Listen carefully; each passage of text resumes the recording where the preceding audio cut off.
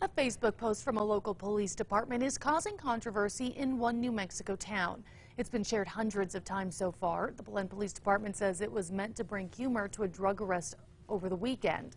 It reads, "Welcome to the premiere episode of To Bust a Drug Dealer."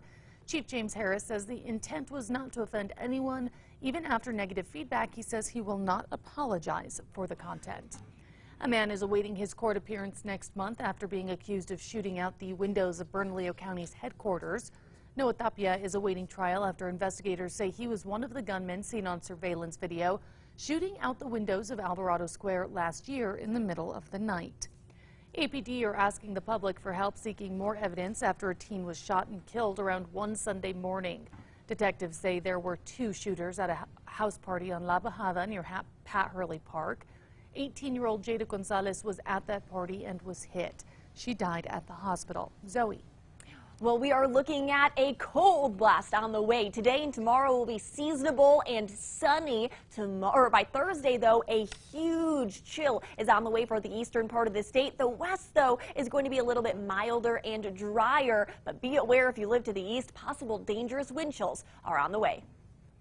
After attempts to close homeless encampments, lawyers are stepping in, saying the city has destroyed their clients' possessions. The law office of Yves and Flores, along with the ACLU and the New Mexico Center of Law and Poverty, filed that lawsuit. The city says everyone there was offered a bed and services and that most of them refused the help. The Veteran Integration Center of New Mexico wants to build a 3-acre campus near the southeast side of I-25 Gibson interchange. It would have a shelter with 42 beds and 33 units of low-income housing for veterans, along with substance abuse treatment and mental health care. The man accused of an escalating series of property damage will go to trial after questions related to his competency. Yesterday, he was ruled competent in federal court for trial. A judge told Aragon he would not consider releasing him to pretrial detention. Zoe. We are looking at not much to worry about today. Our threat index is at a 1. Just have to bundle up early this morning. By the afternoon, very seasonable, even though today may include a few more clouds compared to yesterday. The January 6th committee ended its 18-month-long investigation by referring former President Donald Trump for 4 criminal charges to the Department of Justice. The committee voted unanimously to adopt its final report, which is expected to be released this week.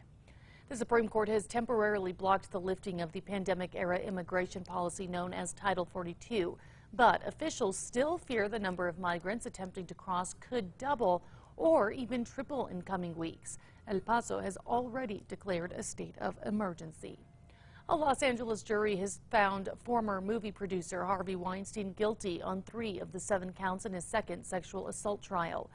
The jury found the disgraced movie mogul guilty of raping and sexually assaulting a victim described as Jane Doe number 1. Zoe. Now let's get a look at that morning drive. Luckily, traffic maps are looking nice and clear early this morning. Tracker is heading south on I-25 just past the Big I, enjoying the sunrise, but that's all you have to worry about on your early Tuesday morning commute. Heavy snow is causing issues for our furry friends up north. A St. Bernard named Whiskey waded through deep snow in New York yesterday. Video posted by Lindsay Pickard and Jonathan Lilly on Monday, which they said was taken in New York, shows the dog sinking into the snow. On this day back in 1984, Ruidoso actually experienced flash flooding with over an inch of rainfall. It caused a bit of damage to roadways and a sewage plant. Cloudcroft also saw over 1.5 inches of rain.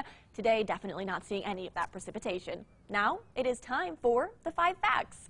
At number 5, New Mexico nonprofit and local businesses are coming together to give student athletes a boost by taking advantage of recent changes in the law. Back in 2021, the legislature passed the Student Athlete Endorsement Act, allowing students in New Mexico to make money from endorsement deals and sponsorships. That opened the door for local organizations like 505 Sports Venture Foundation to give back to the university. They hope to expand to other university sports departments around New Mexico. And number 4, Westside families are working together to rebuild holiday decorations after a string of vandals struck the neighborhood. Surveillance video shows 3 people running up to the Gamo residence on Albuquerque's west side Friday night, destroying holiday decorations they've had for nearly 20 years. Corey Gomo says the same thing happened last year and this year at Easter. Homes in nearby neighborhoods were also hit, including one home that had nearly $2,000 worth of damages. And at number 3, we're looking at an Arctic air mass heading our way just in time for the end of the work week, possibly not seeing temperatures above 6 degrees in Clayton by Thursday afternoon, with the potential for dangerously cold wind chills late Thursday and into Friday. Definitely bundle up if you do live across the eastern part of the state. At number 2, after attempts to close homeless encampments, lawyers are stepping in, saying the city has destroyed what possessions their clients owned. The law office of Ives and Flores, along with the ACLU and the New Mexico Center on Law and Poverty, filed that lawsuit. The city says everyone there was offered a bed and services and that most of them refused the help. And at number 1, a Facebook post from a local police department is causing controversy in one New Mexico town. It's been shared hundreds of times so far. The Belen Police Department says it was meant to bring humor to a drug arrest over the weekend. It reads, "Welcome to the premiere episode of To Bust a Drug Dealer. Let's meet today's contestants." Poking fun at 2 suspects, Pete Chavez and Brittany Ann Williams, after an operation in Belen. Police found drugs and $13,000 in cash. Chief James Harris says the intent was not to offend anyone.